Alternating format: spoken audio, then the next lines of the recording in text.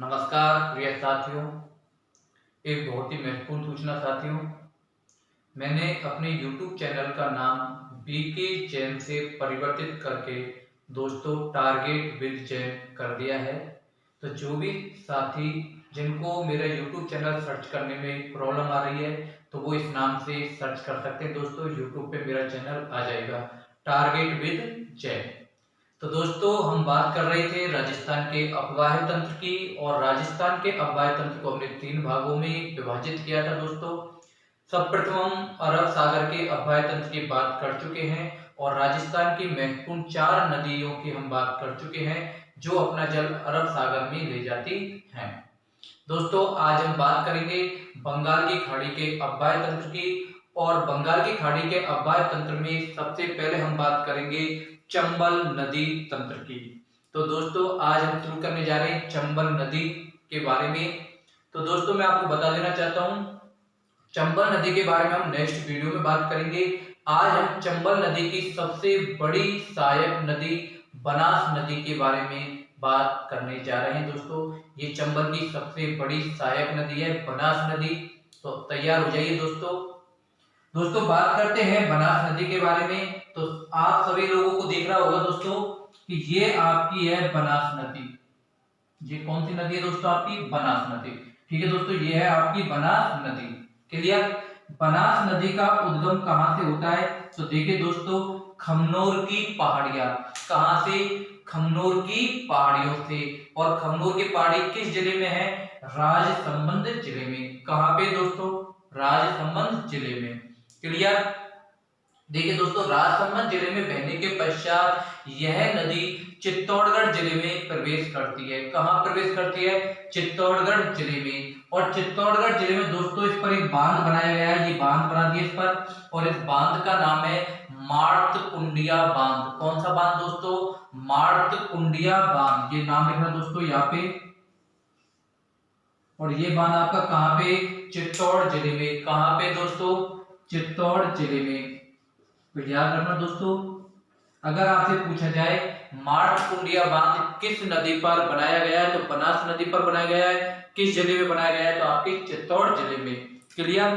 तो हम कह सकते हैं बनास नदी का उद्गम खमनोर की पहाड़ियां राजसमंद से होता है। इसके पश्चात यह नदी आपके चित्तौड़गढ़ जिले में प्रवेश करती है। चित्तौड़गढ़ जिले में इस नदी पर एक बांध बनाया गया है। इसके बाद देखिए दोस्तों यह जो नदी है आपके भीलवाड़ा जिले में प्रवेश करती है। चित्तौड़ के बाद ये कौन सी जिले में आती है? भीलवाड़ा जिले में। तो देखिए दोस्तों भीलवाड़ा जिले में जब ये नदी प्रवेश करती है तो इधर से इसकी दोस्तों एक सहायक नदी आती है, और इस नदी का नाम है दोस्तों कोठारी नदी। क्या नाम है दोस्तों? ये इसकी एक सहायक नदी है। इस नदी का नाम है कोठारी नदी। और कोठारी जो नदी है इसका उद्गम कहां से होता है? तो दोस्तों दिवेर की पहाड़ियों से। दिवेर की पहाड़ियों से। और दिवेर की पहाड़ी कहां है? तो राजसमंद जिले में। तो यहाँ से नदी निकलती है कोठारी नदी, और यह नदी नंदराय भीलवाड़ा में आकर, ये देखिए दोस्तों नंदराय भीलवाड़ा, ये यहाँ आकर किसमें मिल जाती है? आपकी बनास नदी में। और इस स्थान का नाम है दोस्तों नंदराय। और ये नंदराय कहाँ है दोस्तों? भीलवाड़ा में। कहां पे दोस्तों? भीलवाड़ा में। तो हम कह सकते हैं कोठारी नदी राजसमंद जिले से निकलती है और भीलवाड़ा के नंदराय में आपकी बनास नदी में मिल जाती है। क्लियर दोस्तों? इस नदी के ऊपर अर्थात कोठारी नदी के ऊपर एक बांध बनाया गया है दोस्तों, और उस बांध का नाम है दोस्तों मेजा बांध। कौन सा बांध दोस्तों? मेजा बांध। अगर आपसे पूछे मेजा बांध किस जिले में है तो दोस्तों ये है आपके भीलवाड़ा में। भीलवाड़ा में। पिछली राजस्थान पुलिस के एग्जाम में ये क्वेश्चन पूछा गया था, मेजा बांध किस नदी पर बनाया गया है? तो याद रखना दोस्तों कोठारी नदी पर बनाया गया है। अगर पूछे किस जिले में है तो आपका आंसर होगा भीलवाड़ा जिला। इसके बाद दोस्तों मैं आपको बता देना चाहता हूं इस नदी के तट पर एक सभ्यता विकसित हुई थी। उस सभ्यता का नाम है दोस्तों बागौर सभ्यता। कौन सी सभ्यता दोस्तों? बागौर सभ्यता। और ये जो बागौर सभ्यता है ये कहां पे पाई जाती है? भीलवाड़ा जिले में। बागौर सभ्यता कहां की है? भीलवाड़ा की। तो याद रखना दोस्तों अगर आपसे पूछे बागोर सभ्यता का विकास किस नदी के तट पर हुआ था, तो याद रखना यह जो सभ्यता थी ये कोठारी नदी के तट पर विकसित हुई। और किस जिले में, तो भीलवाड़ा जिले में। तो दोस्तों हम बात कर चुके हैं कोठारी नदी की उद्गम और इसका मिलन कहाँ पे होता है और इस पर कौन सा बांध स्थित है, साथ में इस नदी के तट पर कौन सी सभ्यता विकसित हुई। क्लियर दोस्तों। अब देखिए दोस्तों, आप इधर देखिए, यहां से देखिए दोस्तों, ये गोगुंदा की पहाड़ी है और गोगुंदा की पहाड़ी आपकी कहां पे, उदयपुर में। गोगुंदा की पहाड़ी आपकी कहां पे, उदयपुर में। और गोगुंदा की पहाड़ियों से दोस्तों एक नदी निकलती है, ये देखिए ये नदी आ रही है और इस नदी का नाम है दोस्तों आयड़ नदी। क्या नाम है दोस्तों, आयड़ नदी। क्लियर। आयड़ नदी उदयपुर से निकलती है दोस्तों गोगुंदा की पहाड़ी से, कुछ दूर उदयपुर में बहने के पश्चात यह नदी एक दोस्तों ये झील बनी हुई है और इस झील का नाम है दोस्तों उदय सागर झील। क्या नाम है दोस्तों, उदय सागर झील। तो ये नदी उदयपुर की उदय सागर झील में अपना जल डाल देती है।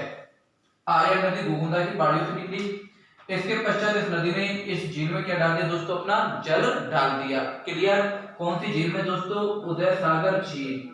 और उदय सागर अगर झील आपसे पूछे कहां पे है, तो उदयपुर जिले में। कहां पे है, उदयपुर जिले में। इसके बाद देखिए दोस्तों क्या होता है, जब ये नदी इसमें अपना जल डालती है, इसके बाद इस नदी का नाम चेंज हो जाता है। क्या हो जाता है दोस्तों, चेंज हो जाता है। और इस नदी का नाम आयड़ से बदलकर इसका हो जाता है दोस्तों बेड़च नदी। क्या होता है दोस्तों, बेड़च नदी। उद्गम स्थल पर इसे आयड़ के नाम से जानते हैं और इसके बाद उदय सागर झील में जब ये अपना जल डालती है, उसके बाद इसे हम किस नदी के नाम से जानते हैं, बेड़च नदी के नाम से। तो ध्यान रखना दोस्तों, आयड़ और बेड़च दोनों एक ही नाम है। उद्गम स्थल पर इसे आयड़ कहते हैं और उदय सागर झील के बाद इसका नाम पड़ जाता है बेड़च। क्लियर दोस्तों। ये देखिए दोस्तों, ये आगे ये जा रही है आपकी, ये पूरी नदी है, ये वाली ये बेड़च नदी है। कौन सी नदी है, बेड़च नदी। और बेड़च नदी देखिए दोस्तों यहाँ पर इसमें जाके मिलती है आपकी बनास नदी में। इसके बाद देखिए दोस्तों, इधर से एक नदी आ रही है और इस नदी का नाम है गंभीरी नदी।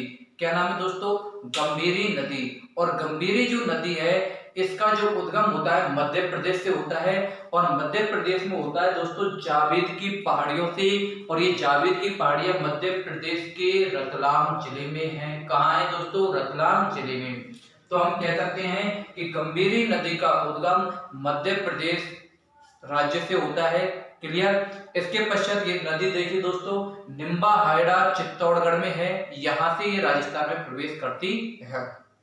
याद रखना, गंभीरी नदी राजस्थान में किस स्थान से प्रवेश करती है, तो निम्बा हेड़ा।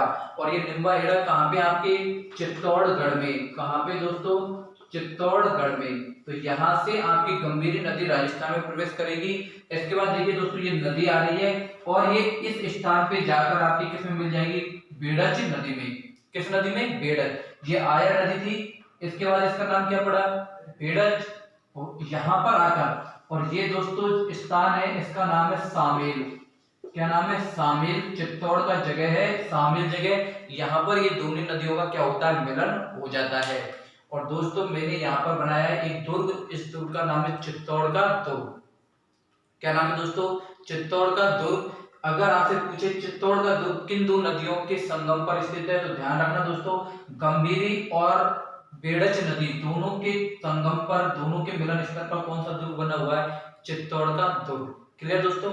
इसके बाद गंभीरी नदी अपना जल यहाँ पर इस नदी में डाल देती है, बेड़च नदी में, और आगे यह नदी बेड़च नदी के नाम से बढ़ती है और ये बेड़च नदी इस जगह पर आकर आपके बनास नदी में अपना जल डाल देती है। क्लियर दोस्तों। इसके बाद देखिए दोस्तों इधर से एक नदी निकल रही है और इस नदी का नाम है मेनाल नदी। क्या नाम है दोस्तों, मेनाल नदी। और मेनाल नदी कहां से निकलती है, तो भीलवाड़ा जिले के मांडलगढ़ तहसील से निकलती है।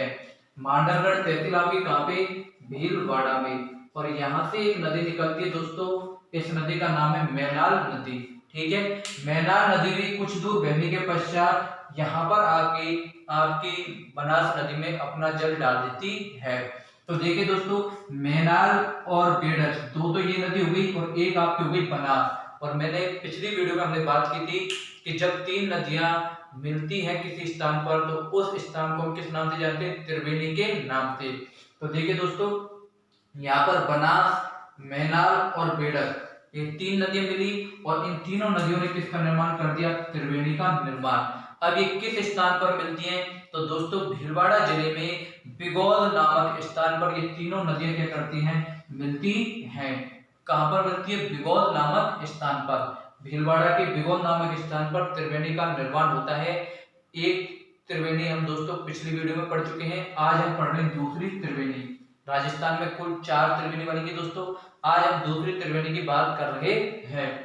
तो दूसरी त्रिवेणी बनती है आपकी बिगौल भीलवाड़ा में। कौन सी नदी बनाती है? मैनाल, बनास और बेड़क। क्लियर दोस्तों?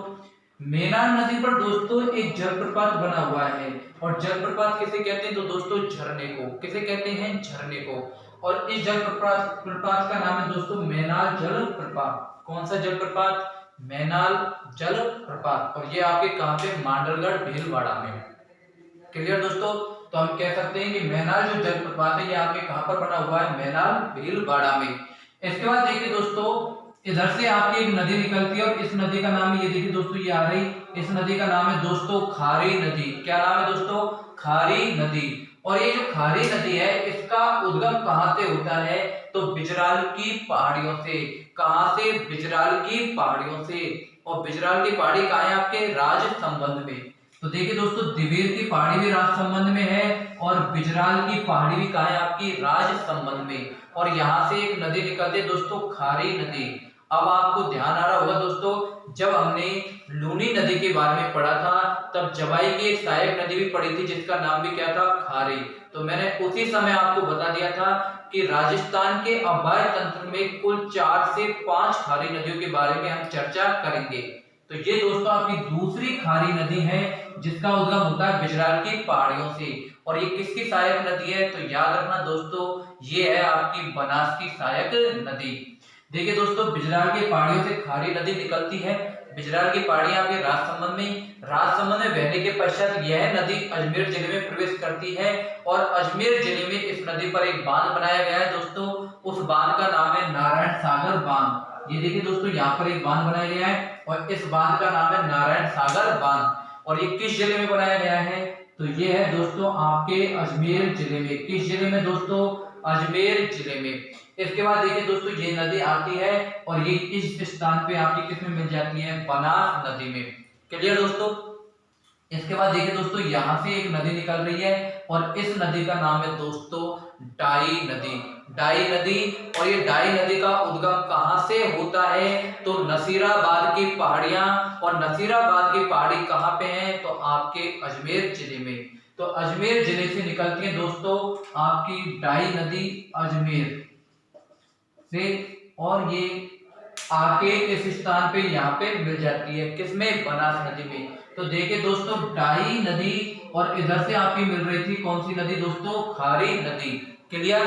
और ये तीसरी नदी हो गई आपकी बनास। तो दोबारा त्रिवेणी का निर्माण हुआ कि नहीं हुआ दोस्तों? हो गया। यहाँ पर भी एक त्रिवेणी बन गई। खारी, डाई और बनास 3 नदियां। अब ये कहां पर मिलती है? तो याद रखना दोस्तों राजमहल। और राजमहल कहां पे? टॉप में। कौन कौन सी नदियां मिल रही हैं दोस्तों? खारी, डाई और साथ में आपकी बनास। और इन तीनों नदियों ने यहाँ पर किसका निर्माण कर दिया दोस्तों? त्रिवेणी का निर्माण किया है। तो दूसरी त्रिवेणी बनास नदी पर बनती है राजमहल टॉप में, जबकि पहली त्रिवेणी बनती है आपकी दोस्तों बिगौल भीलवाड़ा में। इसके बाद देखिए दोस्तों, ये नदी राजमहल टॉप के बाद टॉप में आगे बढ़ती है और इस नदी पर एक बांध बनाया गया है और उस बांध का नाम है दोस्तों बीसलपुर बांध। कौन सा बांध? बीसलपुर बांध। और ये राजस्थान के किस जिले में है? तो टोंक जिले में बनाया गया है बीसलपुर बांध। किस नदी पर? बनास नदी पर। क्लियर? इसके बाद देखिए दोस्तों, एक नदी है ये वाली नदी और इस नदी का नाम है दोस्तों मोरेल नदी। नाम क्या है दोस्तों? मोरेल नदी। जबकि पिछली वीडियो में हमने कल माही नदी की बात की और वहां पर हमने एक नदी पढ़ी थी दोस्तों, उस नदी का नाम था मोरेन और इसका नाम है मोरेल। केवल दोस्तों ले का अंतर है, ले और ने का, तो कंफ्यूज मत होना। मोरेल नदी है। इस नदी का उद्गम कहां से होता है?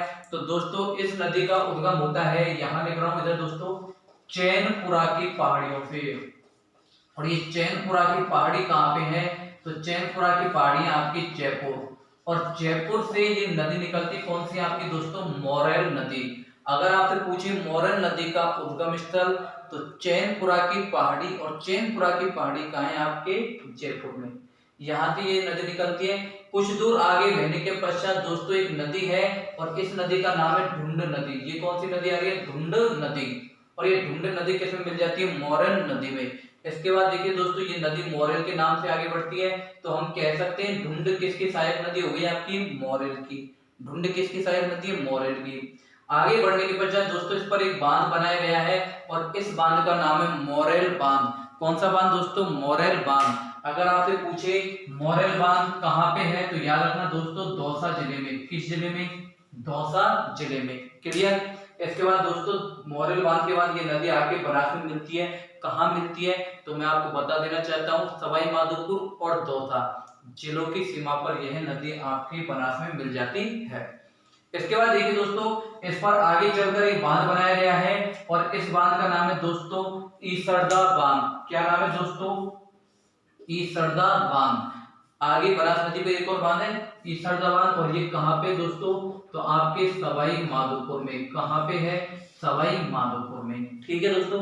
इसके बाद देखिए दोस्तों सवाई माधोपुर के बाद ये नदी आगे बहेगी, और आगे जाकर ये सवाई माधोपुर जिले में ही आपकी चंबल नदी में मिल जाएगी। किसमें मिल जाएगी, चंबल नदी में। तो ये सारी नदियों के जल को लेकर बनास नदी किसमें मिल जाएगी, चंबल नदी में।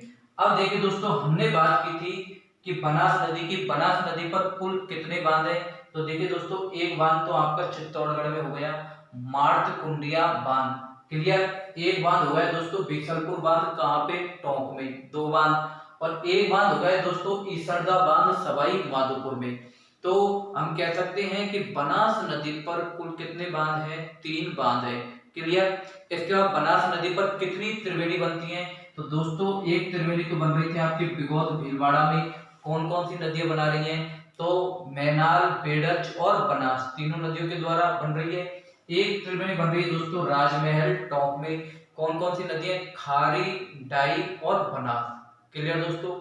अगर आपसे पूछे कि नारायण सागर बांध किस नदी पर बनाया गया है, और तो आप बोल सकते हो दोस्तों खारी नदी पर है, और इसके अलावा किस जिले में है, तो आपके अजमेर जिले में है।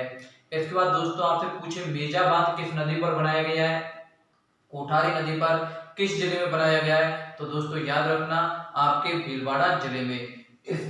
इसके बाद देखिए दोस्तों एक बांध आपसे और पूछ सकता है, उधर आपसे पूछ सकता है इस पे, यहाँ पर एक बांध है दोस्तों बेड़च नदी पर, और इस बांध का नाम है दोस्तों घोसुंडा बांध। घोसुंडा बांध। अगर आपसे पूछे घोसुंडा बांध कहाँ पे, चित्तौड़गढ़ जिले में, और किस नदी पर है दोस्तों, तो आपकी बेड़च नदी पर। क्लियर दोस्तों। किस नदी पर है, बेड़च नदी पर। चित्तौड़गढ़ का किन 2 नदियों के संगम पर बनाया गया है, तो याद रखना गंभीरी। ये नदी का नाम क्या है दोस्तों, गंभीरी। गंभीर नदी पढ़ेंगे हम करौली की, और इसका नाम है गंभीरी। एक दोस्तों नदी आएगी गंभीर, और इसका नाम है गंभीरी। तो कंफ्यूज मत होना, गंभीरी जो नदी है ये आपकी गंभीरी और आया नदी के संगम, गंभीरी और बेड़च नदी के संगम पर है आपका चित्तौड़गढ़ का दुर्ग। क्लियर दोस्तों। अगर आपसे पूछे मैनाल जलप्रपात किस नदी पर है, तो मैनाल जलप्रपात है आपके मैनाल नदी पर। कहाँ पे, माडलगढ़ भीलवाड़ा में। उसके बाद दोस्तों मोरेल बांध कहाँ पे है, तो मोरेल नदी पर बनाया गया है दौसा जिले में। क्लियर दोस्तों। इसके बाद देखिए दोस्तों हम बात करेंगे कि ये बनास जो नदी है दोस्तों ये राजस्थान के कितने जिलों में प्रवाहित होती है, इसकी लंबाई कितनी है, और इस पर कौन कौन सी परियोजनाएं चलाई जा रही है। तो देखिए दोस्तों सबसे पहले हम बात करेंगे प्रवाहित होने वाले जिले। तो मैंने आपको बता देना चाहता हूं कि ये राजस्थान के 6 जिलों में बहती है। कितने जिलों में बहती है दोस्तों, 6 जिलों में। अब कौन कौन से हैं 6 जिले, तो सबसे पहले दोस्तों हमने बात की थी इसका उद्गम होता है आपके राजसमंद जिले से। तो पहला जिला तो हो गया राजसमंद। दूसरी बात दोस्तों चित्तौड़गढ़ जिले में इस पर एक बांध बनाया गया है, तो दूसरा आ गया आपका चित्तौड़गढ़ जिला, मार्तकुंडिया बांध पड़ा था ना दोस्तों। इसके बाद दोस्तों भीलवाड़ा में इस पर एक त्रिवेणी का निर्माण होता है, तो अगला आ गया आपका भीलवाड़ा। इसके बाद दोस्तों एक ये बहती है अजमेर में, भीलवाड़ा के बाद कहाँ प्रवेश करती है, अजमेर में। और अजमेर के बाद दोस्तों टोंक जिले में इस पर एक क्या बनाया गया है, बांध बनाया गया है, बीसलपुर बांध। और इसके बाद दोस्तों ये सवाई माधोपुर जिले में भी इस पर एक क्या बनाया गया है, बांध बनाया गया है, ईसरदा बांध। और सवाई माधोपुर जिले में ही यह नदी किस में मिल जाती है, आपकी चंबल नदी में। इसके बाद ये चंबल नदी में अपना पानी डालती है और आगे ये चंबल के नाम से बढ़ती है। तो ये चंबल की सहायक नदी है दोस्तों बनास नदी। क्लियर दोस्तों, बंगाल की खाड़ी में चलने जाने वाले अफवाह तंत्र की हम बात कर रहे हैं। और सबसे पहले हम बात करें चंबल नदी तंत्र की। और चंबल नदी तंत्र की सबसे महत्वपूर्ण जो नदी है या सबसे बड़ी नदी है उसका नाम बनास। तो आज की वीडियो में हम बात कर रहे थे बनास नदी के बारे में। तो अगर आपसे पूछे बनास नदी राजस्थान के कितने जिलों में बहती है, तो दोस्तों याद रखना राजस्थान के 6 जिलों में आपकी बनास नदी बहती है। अगर दोस्तों आपसे बात करें बनास नदी की कुल लंबाई कितनी है, तो 480 किलोमीटर है। कितनी है, 480 किलोमीटर। राजस्थान की सबसे लंबी नदी कौन सी है, तो याद रखना दोस्तों राजस्थान की सबसे लंबी नदी है आपकी बनास।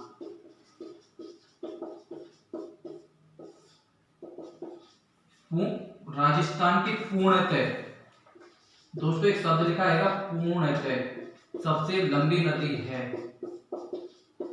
सबसे लंबी नदी है। तो आपका दोस्तों आंसर होगा बनास। वैसे दोस्तों राजस्थान की सबसे लंबी नदी आएगी चंबल। और जब आपको शब्द मिल जाए पूर्णतः मतलब पूरी तरह से राजस्थान में बहने वाली नदी, तो अभी आपने देखा कि बनास नदी राजसमंद जिले से निकलती है राजस्थान के, और आपकी सवाई माधोपुर जिला राजस्थान में ये चंबल में मिल जाती है। तो हम कह सकते हैं कि बनास नदी पूरी तरह से कहाँ बहती है, आपके राजस्थान में। इस कारण दोस्तों राजस्थान की पूर्णतः सबसे लंबी नदी मानी जाती है आपकी बनास। जबकि नेक्स्ट वीडियो में हम बात करेंगे चंबल नदी के बारे में। और चंबल नदी जाना पावा की पहाड़ी मध्य प्रदेश से निकलेगी, राजस्थान में बहेगी, उसके बाद यूपी में ये यमुना नदी में अपना जल डाल देगी। तो दोस्तों याद रखना, अगर आपसे पूछे कि राजस्थान की पूर्णतः शब्द आएगा दोस्तों सबसे लंबी नदी, तो आप करोगे बनास। और अगर आता है राजस्थान की सबसे लंबी नदी कौन सी है, तब आप जवाब दोगे चंबल।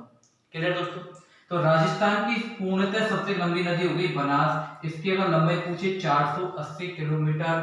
राजस्थान के कितने जिलों में बहती है, तो 6 जिलों में। यहाँ पर कोई डाउट, नो डाउट।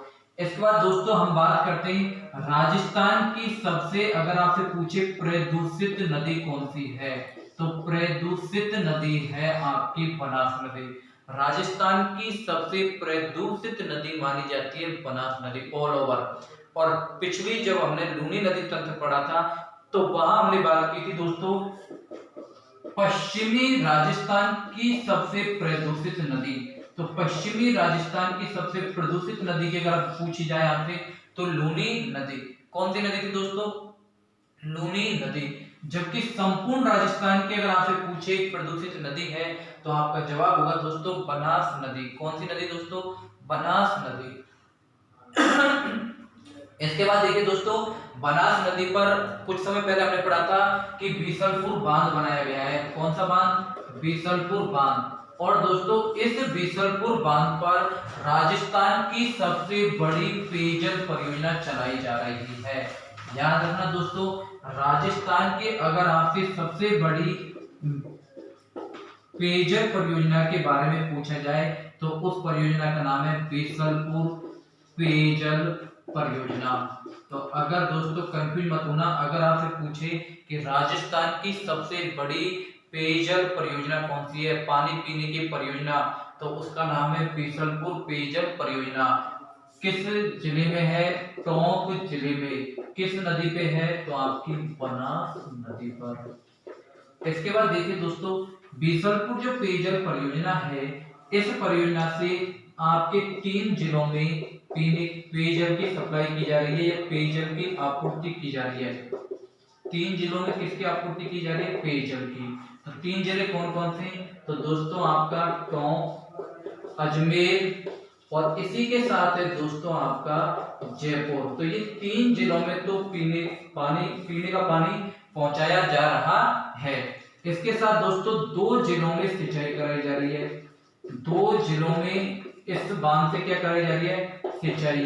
तो याद रखना दोस्तों, सिंचाई कहाँ कराई जा रही है, तो आपका एक जिला है टोंक और एक जिला है दोस्तों सवाई माधोपुर। एक जिला टोंक और एक जिला सवाई माधोपुर। तो दोस्तों बीसलपुर जो पेयजल परियोजना है राजस्थान की सबसे बड़ी पेयजल परियोजना है, टोंक जिले में है, बनास नदी पर है।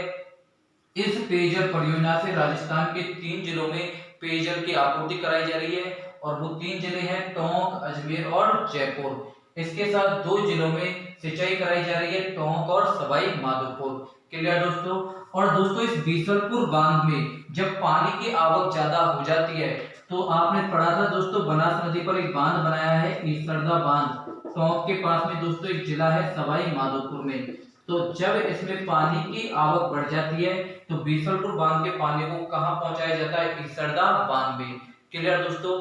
इसके बाद मैं आपको बता देना चाहता हूं 2016 में जब पुष्कर में मेला लग रहा था तो पुष्कर झील का पानी क्या हो गया था, कम हो गया था और इस बीसलपुर बांध से पुष्कर झील में भी क्या पहुंचाया गया था दोस्तों, पानी पहुंचाया गया। तो पुष्कर झील अजमेर में है और अजमेर में 2016 में बीसलपुर बांध से पानी की आपूर्ति की गई। क्लियर दोस्तों। इसके बाद आपसे अगर पूछ ले कि बनास नदी को किन किन अन्य नामों से जानते हैं, तो दोस्तों सबसे पहला नाम है बनकी आसा। बनास नदी का नाम है दोस्तों बनकी आसा। दूसरा नाम है दोस्तों बरनासा।